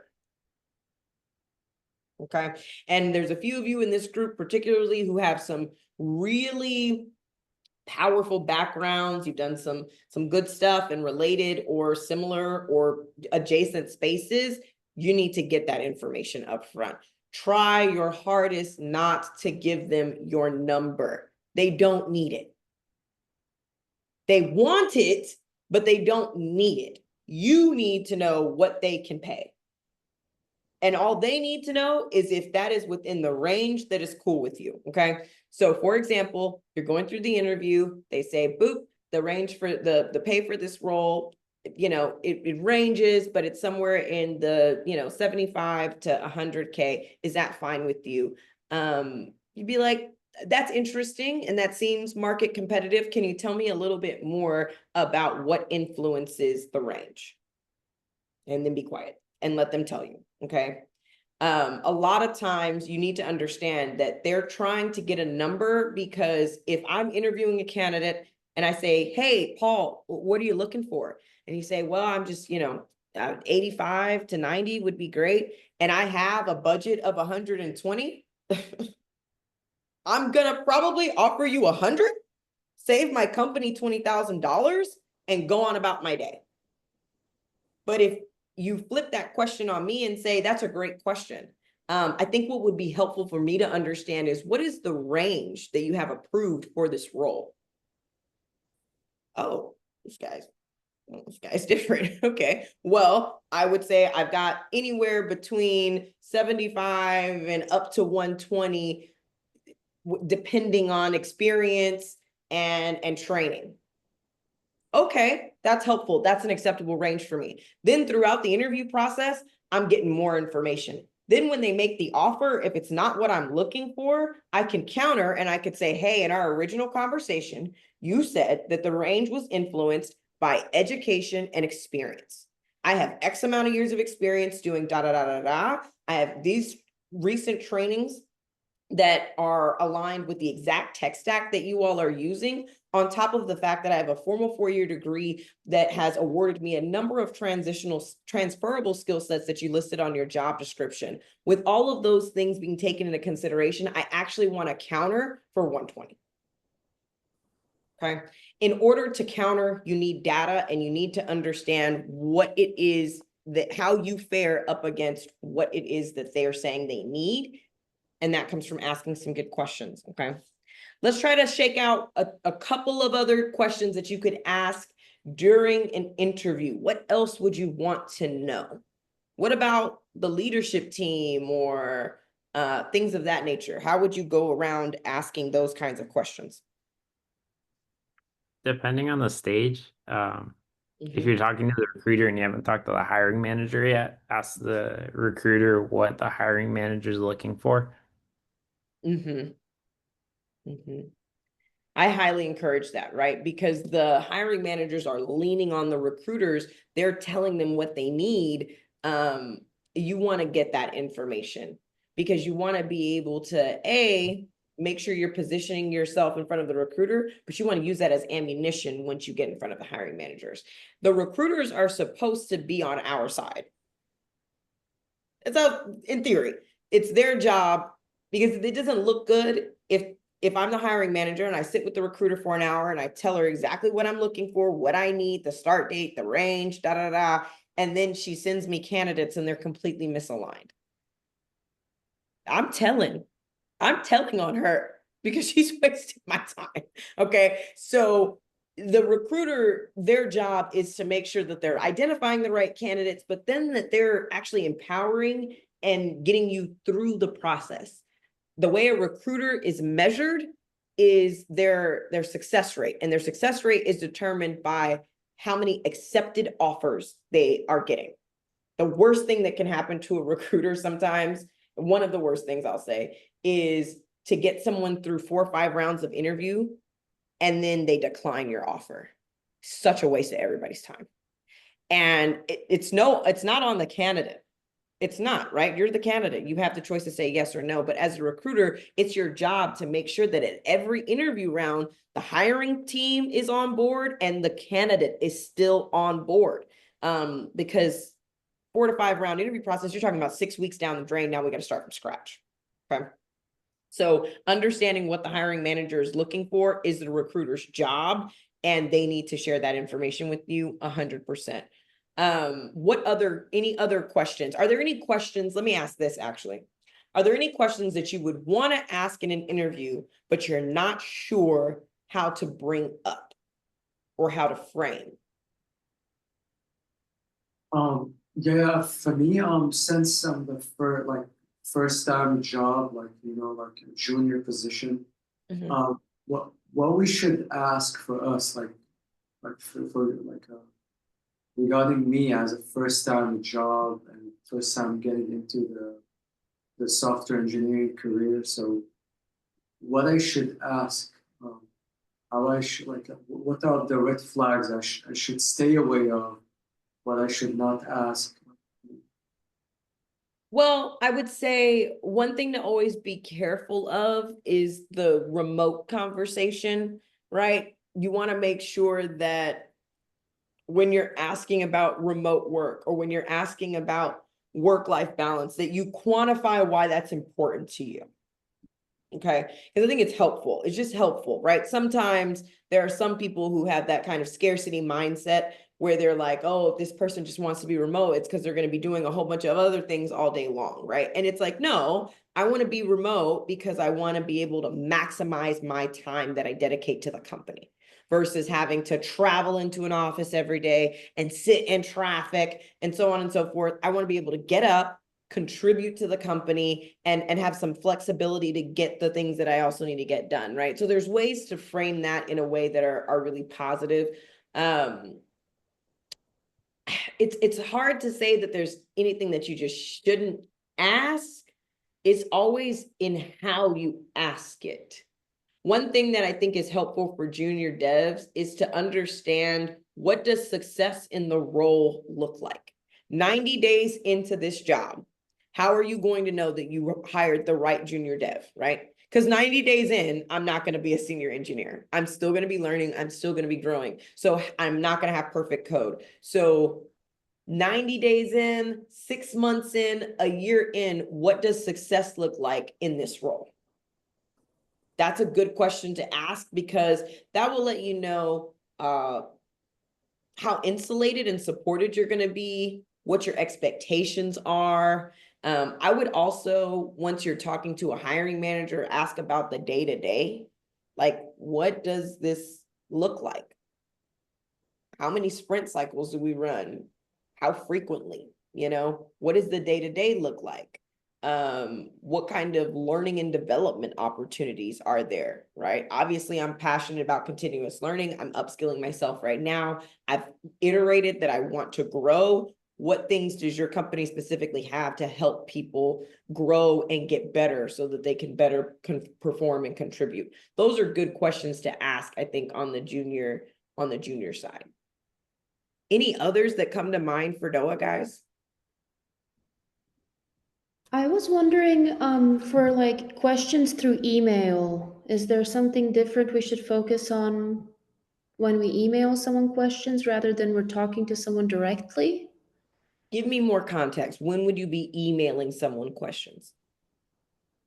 Well, like, for example, if they sent me like this assessment, then I did the assessment, then they responded to me and they said, oh, what do you think? There's a problem like in this and this. Do you agree? And I said, oh yeah, I see the problem I made. Like I didn't fix it completely like what you wanted, you know, but here's the problem. And now I'm going to send them back like the fixed assessment or whatever.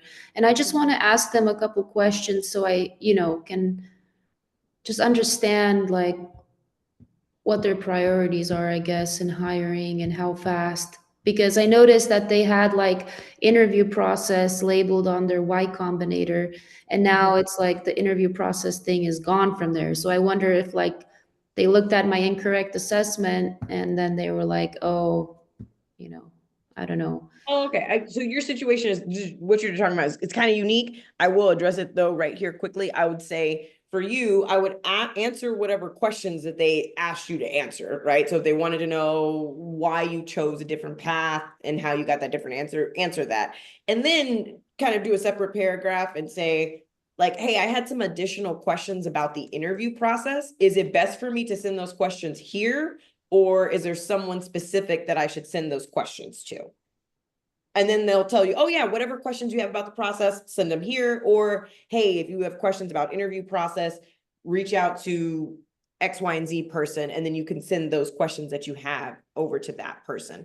And when you email them over, I would just use business professional speak and say, hey, I just had the following questions about the remaining interview process. Right. Thank you. Yes. You're welcome. Trey dropped one in the chat that's really strong. It's a good one. What does growth typically look like for someone in this role or on this team? That's also helpful for you to understand, right? Are they looking at within the next 18 months, we would have you actually gearing up to go into another role, or is there a pathway into leadership, or what does that look like? And make sure that that's in alignment with what you're wanting, okay? So that's good. What we're going to do now is two things. We're going to quickly overview what we just talked about, and then we're going to do a little exercise where we use the personal narrative and a little bit of research to morph our narrative for a particular company, okay? Now, as a reminder, before your job interview, you should spend time on the company website. You should prepare at least 10 questions for that interview. You should spend time on LinkedIn. And another tool that we didn't talk about in depth, but I will at minimum quickly show it to you, is going to be Glassdoor. Who's familiar with Glassdoor? Have you all heard of this website? Okay. Caroline's heard of it. Trey's heard of it. Okay, good. So Glassdoor is helpful because it is a job searching site, but I feel like nobody uses it to search jobs. The reason why it was a big deal back in the day is because it was a job searching site that also did company reviews. So the accounts are free, but if you put that you worked at LearningFuze, they would say, hey, give us a little bit of information about your experience there. What are the pros of working at LearningFuze? What are the cons? What information would you like to give to the CEO that they should consider for the future? They also aggregate salaries, which is super helpful. So if for some reason the salary is not posted, Glassdoor is, I would say it's pretty accurate. It's not like spot on, but it's pretty accurate. I have looked at companies that I have worked at and the role that I was in, and the salaries are pretty accurate, as well as companies that I've interviewed for. So you could come over here to Glassdoor and you can get a surplus of information. Now, what I will say is I think it's important to just blatantly Google the company. Spend time on the company's website, but Google the company. Find out what's being said about them in the news, what's being said about them in the media. And you definitely want to try to find out what are people saying about how their experience working there. But remember, people are not that great sometimes. And sometimes they like to complain. So oftentimes, you just have to take the feedback with a grain of salt. But if you are seeing the same feedback over and over again, or you're seeing something that is concerning, that is something that you can bring up in an interview. And you can say, hey, I was researching, and there seemed to be a lot of chatter around conflict management at this company. What can you share around how the company currently approaches conflict management and what someone new could expect coming in?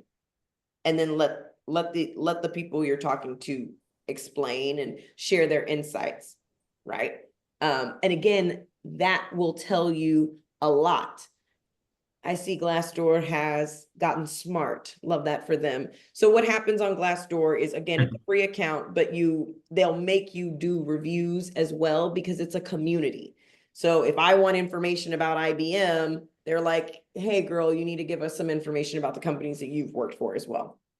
But nonetheless, I think this is a powerful tool. Again, it's not the question that you ask, it's how you ask it. So if you see feedback that like says, oh, the management is horrible, the leadership team is incompetent, da da da da da, you don't want to go say that in the interview. You don't want to say, hey, I was reading online that your management team kind of blows, like they're terrible. What's going on there? Don't do that. Frame it up. Say, hey, I was reading online and it seemed like there were some mixed reviews around the leadership and the direction of things. Can you speak to that? Right? I'm not accusing them of not being good managers. I'm not saying I agree. I just want to know what they have to say. And again, the same way I was encouraging you all to be honest and authentic, follow the sword when it makes sense, it'll tell you a lot if a company can do that as well.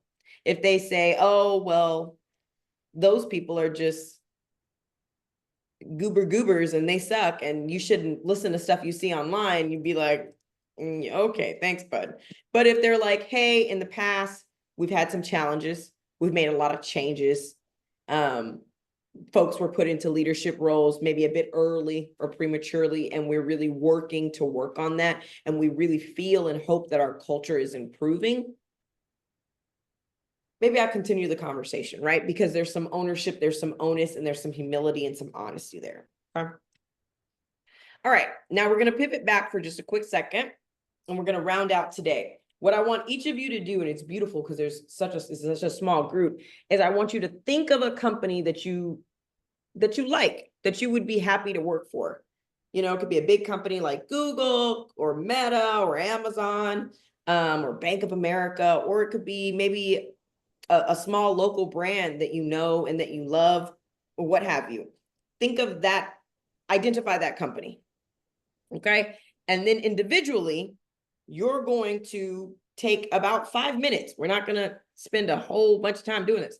About 5 minutes to research that company, check out their career page, check out what you can find out online, and alter your narrative to fit a software engineering job at that company. Okay. You can say whatever you want. It's your imagination. Okay. So if you wanted to work for Popeyes Chicken, and you just want to be a software engineer for them, because even those people have software engineers, then you could morph your narrative. You can use whatever tech stack or references that you want. That part doesn't matter. But what does matter is pick a real company, check out their career page, find out what's important to them, what's valuable to them, and figure out how you would alter your resume if you had an interview with this company for a software development role. What would you say? Okay. I'm going to give everyone 5 minutes. Okay, 6. Oh, nope, actually, it got dwindled right back down to 5. So we're gonna do 5 minutes. Let me set a timer. Again, we're picking a company that we like. We're checking out some online information on them. And then we're morphing our narrative to say why we would want to be in a software engineering role at that company. Make it sticky, make it authentic. Any questions?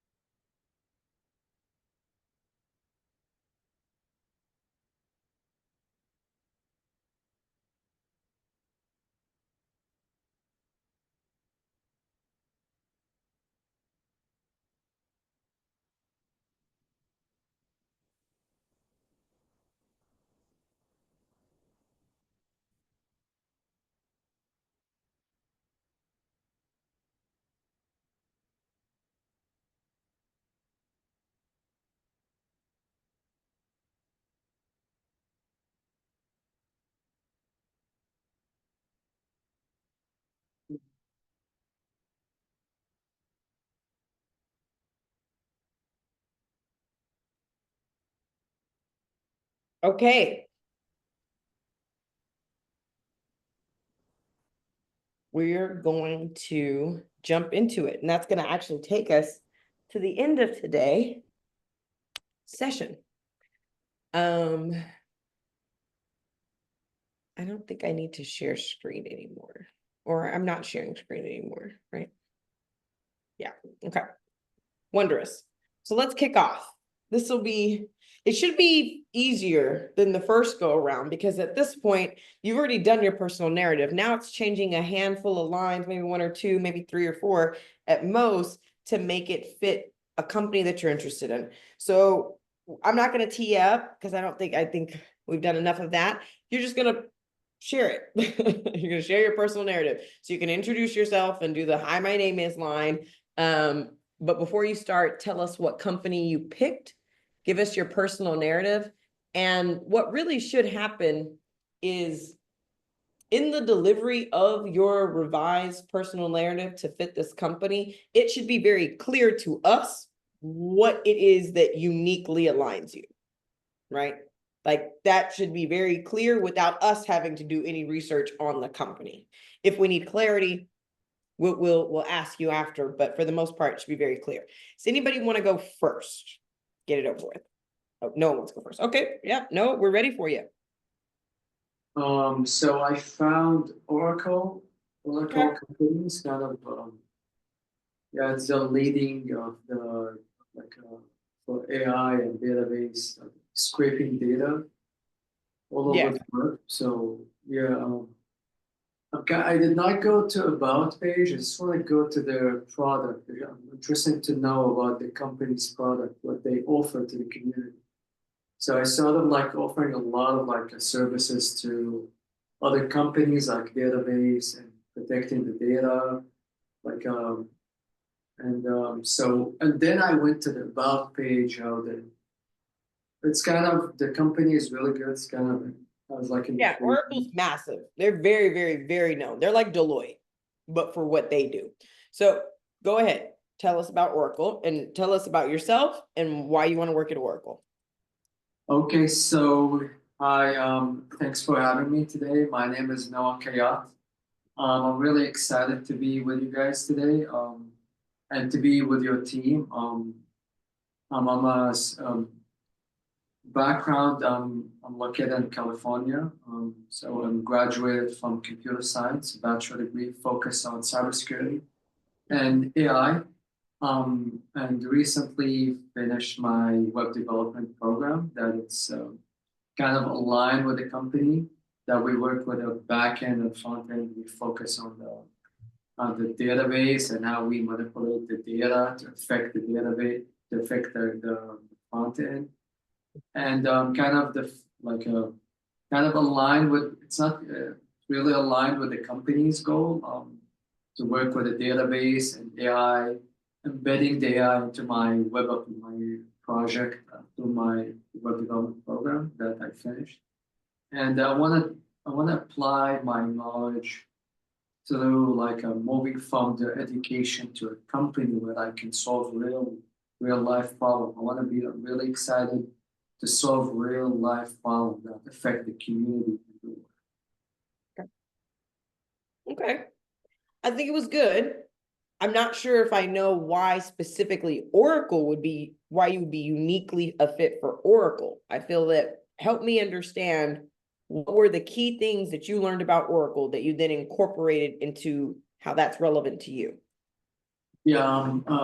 So through my when I looked at when I looked at Oracle, I got interested how Oracle have like a business about the database and how to serve the companies to improve the sales, for example. Like they're working with the Airbnb to improve the sales. It's like getting all the data related to the sales, like what customers look for, like yeah. Okay. Okay, It's not, I it's not think that much because I'm I gonna, went. yeah, you're gonna have to make it a little stickier. You're gonna have to make it a little Yes. stickier, right? Especially you're talking about a company like Oracle. Oracle's a very known company in the tech space, huge, especially on the tech sales side because they do a lot of VAR work. They're a big reseller of a lot of different things. They have their hands in a lot of different pieces. So a lot of folks who want to get into very lucrative tech sales start at Oracle because it can really set the foundation for you. Oracle has won so many awards, right? Both best place to work, the diversity and equity index, they're on that. Top company for career growth, best employees for diversity hires, human rights campaign. The list goes on, and all of that is on their website. So what you're going to need to do is you're going to need to be really specific, right? If they're doing something specific that is of interest, we want to make that tie in there. But if we keep it too general, then Yes. you could keep it how you had it originally. So I think your challenge is going to be really going a step further. I think it's even something to call out that, like, I'm on their website right now and I'm looking at their career blogs page, and there's a couple of little snippets from different folks across their infrastructure. There's a young lady that she's got a quote, super high level quote. She says, thinking about a career rather than a job is an intentional mindset. Something as small as that just shows a level of attention and detail that they're like, okay, this person is paying attention, saying, hey, I'm interested in Oracle because you all seem to be on the front end of what you're doing when it comes to AI. You seem to be a very innovative company. And one of your employees was quoted for saying that thinking about a career rather than a job is an intentional mindset. And for me in my future, I want to be really intentional about my growth journey and about my personal development. And this seems like a place where I could do that. Game changer. Okay. So keep playing with it, keep crafting it. And I think it's going to come full circle. Okay. Any other feedback from the group? Oh, wait, no, I had something. What was that, Noah? Yeah, kind of, so in the interview, we should kind of, if the interviewer, for example, um, because like the person on the interview kind of get like confused or sometimes like so if I write down a couple points on paper, the interviewer doesn't mind, right? Keep you doing like interview like an online and you keep looking down, reading. I'm so glad you brought that up. It's something I should have said. I don't know why I didn't say this earlier. I'm so sorry, team. The main thing that you want to say, it's a pro tip that I encourage, is you should let your interviewer know that you're taking notes. I lean on taking handwritten notes during an interview. Why? Because on my piece of paper, I have all the answers to things. I have all this notes about, what I learned about them. I have my questions printed out, and I tell them as soon as we come into the conversation, hey, Noah, super excited to be talking to you today. Just so you know, I'm old school. I pen and paper my notes. So if you see me looking down, it's because I'm wanting to make sure I capture everything we're talking about. And then I take my time and then I'm thoughtful. So is that okay? They're always going to say it's okay. You can take notes on the computer as well. There's just something about writing it down.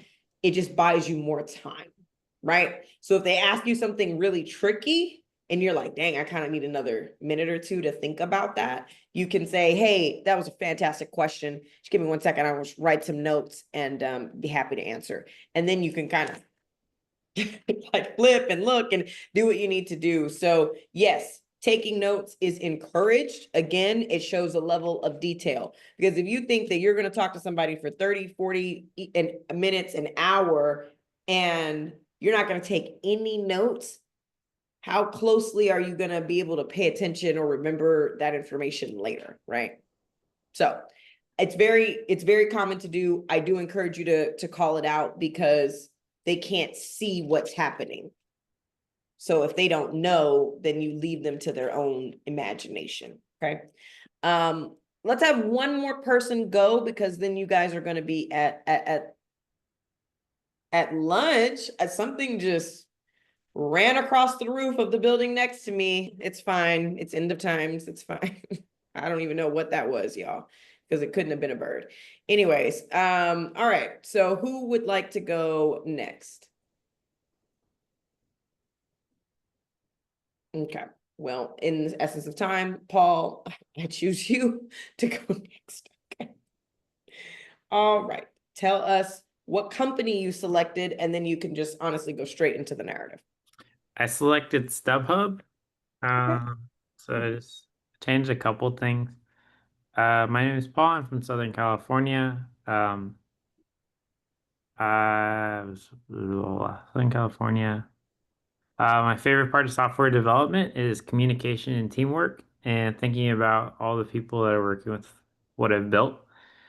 Um, I have a Bachelor of Science in Environmental Engineering. I have 6 years of professional experience. I've worked as a software development and test for the past 2 years and learned a lot about testing. But the 4 years before that, I worked as a full stack developer. I worked at companies like Axis, who's a competitor to StubHub, and worked in the live event ticket selling space. I really like the space in terms of how fast paced it is and how much things need to scale. I've also worked at at a startup where I built a how do I say it, uh, a loan originating app from scratch. Um, I was one of two developers at that company, so I did most of it. Um, I'm looking to work at such StubHub because they're a local company. You go in there, work in person, get to know coworkers, and looks like you guys are growing. You're hiring a lot of new teams, and you're looking for more senior developers. You can mentor more junior developers, and I am looking for somewhere to grow with. Nice. No, I thought it was really nice. I really need to call out two really important pieces because I know we're at the top of the hour. The first being, I really love the note that you made about how it was relevant to some things that you already know how to do and that you've had exposure doing. That is very powerful. And the fact that you called out that how these types of companies in this particular industry kind of struggle with the scalability and things of that nature, huge. Because as I noted to Noah previously, business acumen goes a long way. Because I can teach a lot of people how to do a lot of things, but communication and kind of business acumen, you get it or you don't. Like, for some people, it can just really be a struggle to think of things from that perspective. That's huge. It's very critical. I also liked how you tied in the loan origination app type thing that you did. That's helpful as well. It just shows relevancy, and it just, again, makes you a no-brainer when it goes to pushing this person to a secondary conversation. Okay. Does anyone else have feedback for Paul around how the things he kind of changed to make it relevant to StubHub?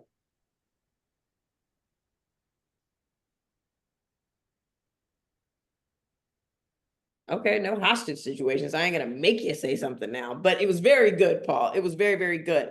Now, I know we have to break, but I really want to just take a quick second to thank you all for your level of engagement and participation today. It makes such a big difference.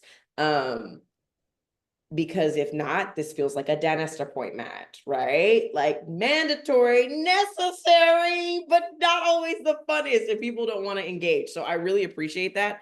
On Monday, we are going to be doing an interview screening workshop, okay? This is going to be behavioral interviewing, okay? I will send out a job for you all to look at. It'll probably be more so like a company, but I'll try to find a job or a company, or if I can find a cool job in general that I'm like, this is a cool job, I'll send it out. You're going to want to review that job ahead of time. Okay, you're going to want to come with some questions prepared, and everyone again is going to be participating, and the vibe of what we did today is going to be reiterated. Be asking some behavioral interview questions, you'll be answering live, the group will be giving you some feedback. This is a really, really fun workshop. It's really powerful because you can steal answers from your friends, okay? That you can use when you really do interview. If you have any questions, don't hesitate to reach out to me. But if not, then I think you all get to go have lunch and then code. Yeah. Okay. Thanks, All guys. right, sweet. Thank you, Daniil. I will see you all on Monday. Thank you all. Have a great weekend. Bye. Thank you. Bye. Okay. If anybody wants to practice, and share what they had prepared, that they didn't get to share while Tania was here, feel free to right now. Just while we're all still in the same mindset, you know, Trey and Caroline, you didn't get to share. Do you guys want to? Well, I cannot hear, it's kind of, Oh.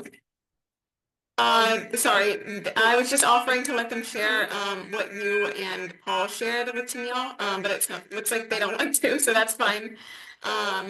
We will break for lunch and then we will come back at 1:30 Pacific time, so I can introduce the front end problem. And I think that's it. Any questions? Okay, I'll see you guys in a bit then.